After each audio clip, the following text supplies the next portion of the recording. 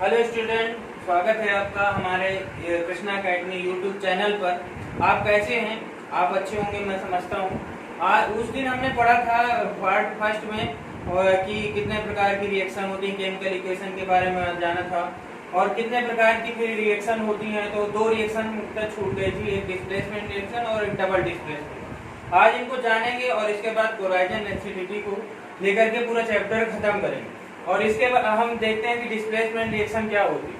The chemical reaction is more reactive chemical displace, मैंने इसके नीचे अंडरलाइन की है कि जो मोर रिएक्टिव एलिमेंट होता है वह लेस रिएक्टिव एलिमेंट में क्या हो जाता है, वो फॉर्मेट कर देता है और लेस रिएक्टिव जो कंपाउंड होता है उसको क्या कर देता है, डिस्पोज कर देता है, डिस्प्लेस कर देता है।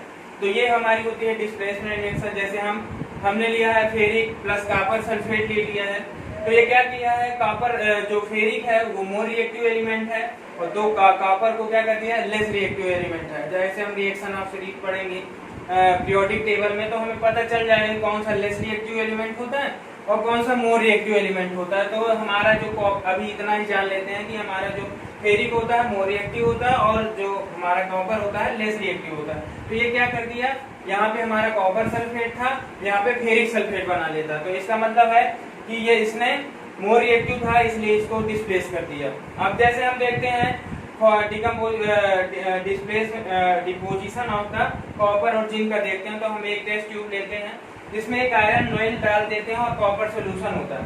तो ये ब्राउनिश ग्रीन कलर, जैसे ब्राउनिश कलर होता है और फिर डर्टी ग्रीन कलर में चेंज हो जाता है जैसे ही हम इसके अंदर कॉपर सोल्यूशन के अंदर डालते हैं। तो जिंक प्लस कॉपर सल्फेट, तो क्या कॉपर सल्फेट किसमें चेंज हो जाता है, जिंक सल्फेट में। जिंक सल्फेट क्या है, जिंक क्या है, मोर रिएक्टिव है और कॉपर क्या है, लेस रिएक्टिव, मैंने पहले भी बताया था।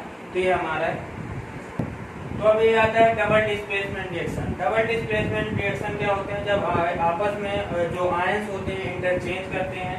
जैसे ये डिफिनीशन है, a reaction in which new compounds, जब कोई रिएक्शन में जो compound form by the mutual exchange आपस में इंटरचेंज करते हैं of ions between two compound. जैसे हम आपस में, जैसे हम लंच बॉक्स लेके जाते हैं तो आपस में शेयरिंग करते हैं वहाँ पे कि तू मेरी सब्जी खा ले, मैं तेरा पराठा ले रहा हूँ एक।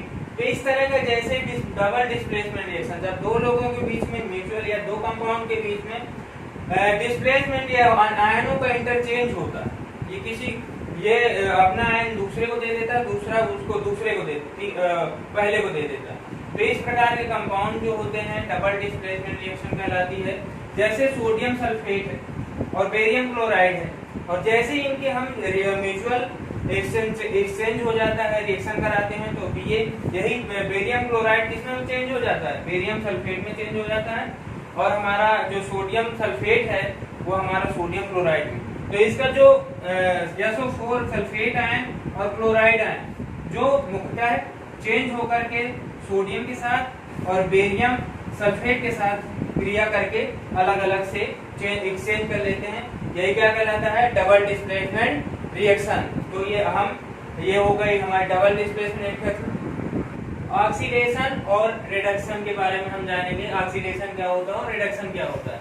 हाँ तो बच्चों हम जानेंगे द एडिशन ऑफ ऑक्सीजन। जब किसी रिएक्शन में हम एडिशन करते हैं, ऑक्सीजन को हम जोड़ते हैं और जब हम रिमूव करते हैं हाइड्रोजन को, तो हमारी वो रिडक्शन रिएक्शन कहलाती है। जब ऑक्सीजन को जोड़ते हैं तो ऑक्सीडेशन रिएक्शन कहलाती है। जैसे रिएक्शन है कार्बन प्लस ऑक्सीजन, तो इसमें हमने रिएक्टेंट में किसको जोड़ा, ऑक्सीजन को, तो और हीट किया तो ये कार्बन डाइऑक्साइड बन गई। तो ये क्या हो गई, ऑक्सीडेशन रिएक्शन हो गई।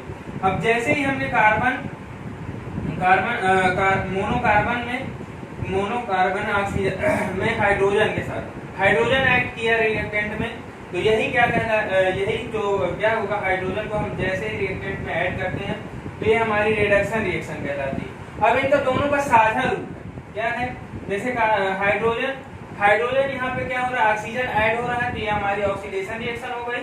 और जैसे यहाँ पे रिमूव हो रहा है, देखिए ऑक्सीजन यहाँ पे है, कॉपर के साथ ऑक्सीजन है, यहाँ पे कॉपर के साथ ऑक्सीजन नहीं है, तो रिड्यूस हो रहा है। तो इसका मतलब ये रिडक्शन रिएक्शन है। और यही दोनों का कॉम्बाइनेशन और साझा रूप क्या कहलाता है, रेडॉक्स रिएक्शन। ये क्या कहलाएगी, ये रेडॉक्स रिएक्शन कहलाएगी, रेडॉक्स रिएक्शन। तो जब हम आपस में दोनों रिएक्शन को कराते हैं, ऑक्सीडेशन और रिडक्शन को, जो साझा रूप होता है वो हमारा क्या कहलाता है, रेडॉक्स रिएक्शन कहलाता है। तो ये बहुत ही इंपॉर्टेंट है, एग्जाम में आता भी है। और इसे ऑक्सीडेशन रिडक्शन में बहुत सारे बच्चे कंफ्यूज भी हो जाते हैं कि क्या है रिमूवल, क्या है एडिशन।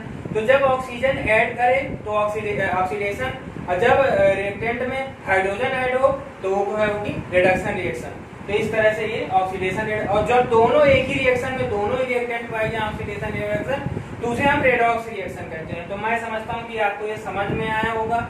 और कोई भी डाउट हो तो आप बेशक हमारे YouTube चैनल पर आप कमेंट करिए, हम उसका 100% जवाब देंगे। हाँ स्टूडेंट, अब अगला पढ़ेंगे हम कोराइजन और डेंसिटी। ये आखिरी टॉपिक है हमारे केमिकल रिएक्शन एंड इक्वेशन।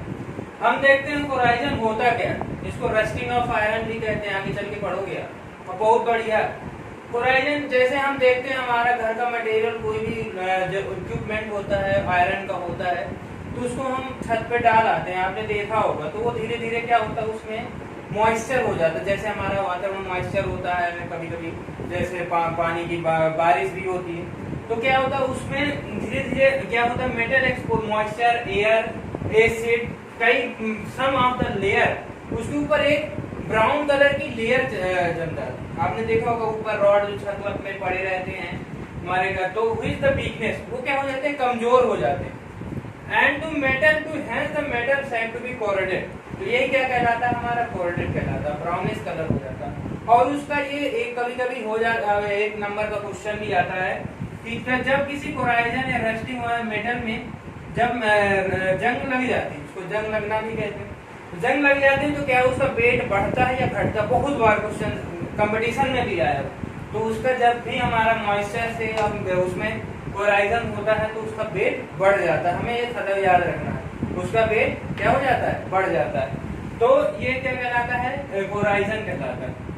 कोराइजन से रोकने के लिए हम कहते हैं, अपने घरों में हमने देखा होगा, पेंट कर देते हैं, पॉलिश कर देते हैं, और कई जिंक प्लेटिंग कर देते हैं, इलेक्ट्रोप्लेटिंग जिसको कहते हैं। आगे चल के हम पढ़े हैं कितने प्रकार की इलेक्ट्रोप्लेटिंग होती है। तो ये इस प्रकार से हम प्रिवेंटेशन ऑफ कोराइजन करके हम समझ सकते हैं, ठीक है। तो ये हमारा कोराइजन है। अब आता है डेंसिटी। हम देखते थे पहले जब बचपन में होते थे तो लेके चिप्स आते थे, चिप्स का पैकेट लेके आते थे, तो वो बहुत भरा भरा मोटा होता था, बहुत तगड़ा होता था। तो हमें ये लगता था कि ये तो हमें बहुत सारा दिया, और जैसे ही हम उसको खोलते तो सारी हवा निकल जाती थी। ये क्या था, हमें कहते थे, हम लगाते था कि हमें ये लोग पागल बना रहे हैं, हमें बहुत बड़ी चीज दिखा करके उसमें छोटे थोड़े से चिप्स होते थे।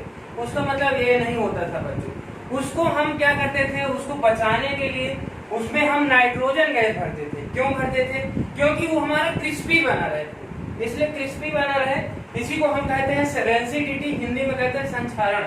तो ऑक्सीडेशन ऑफ फैट्स, जितने भी फैट्स थी ऑयल से बने हुए हमारे फूड प्रोडक्ट होते हैं, air is the known as the rancidity in the leads of the wet smell. अगर हम उसमें ये नाइट्रोजन गैस नहीं भरेंगे तो क्या होगा, वो क्रिस्पी नहीं रहेंगे और कुछ ही दिनों बाद सड़ जाएंगे। तो क्या होगा, इस तरह से उसमें नाइट्रोजन गैस ऐड की जाती है। और कई प्रकार से हम देखते हैं घर में हमारी दादी की अचार कितना अच्छा बनाती है, उस अचार को किसमें रखती हैं, एक बड़े से जार में रखती हैं और उसमें ऐड करती हैं, बहुत मात्रा में तेल डालती हैं। कई सारे जैसे हम कुछ ऐसी चीजों को होते हैं घरों में, हम उनको नमक के साथ उसको वो करके मिला करके रखते हैं। और कई सारी चीजों को हम ऑयल में और उस तरह से ड्राई में रखते हैं, जितने भी हमारे ड्राई फ्रूट्स होते हैं उनको हम सूखे स्थान पे रखते हैं क्योंकि खराब ना हो। तो ये सारी चीजें होती हैं, रेंसिडिटी के अंदर आता है। मैं समझता हूँ कि आप इसको बहुत अच्छे से समझ गए होंगे। जितने भी ऑयली फूड्स होते हैं, ये चिप्स, तो अब हमारे अंदर वो कोई भावना नहीं रहेगी कि हमें ये कम देते हैं, ज्यादा हवा भर देते हैं। तो ऐसी कोई भावना नहीं है उनकी हवा भरने की, ना उन्हें कोई शौक है। वो हमारे क्या करते हैं, फूड को बचाना चाहते हैं, प्रिवेंट करना चाहते हैं। तो मैं समझता हूँ कि आपको ये समझ में आ गया होगा। Thank you. हाँ तो दोस्तों, हमने केमिकल रिएक्शन एंड इक्वेशन में सारा कुछ चीजें पढ़ चुके हैं। हम इसमें चैप्टर में सबसे अधिक प्रयास करेंगे कि हम बैलेंस करना इक्वेशनों को सीखें।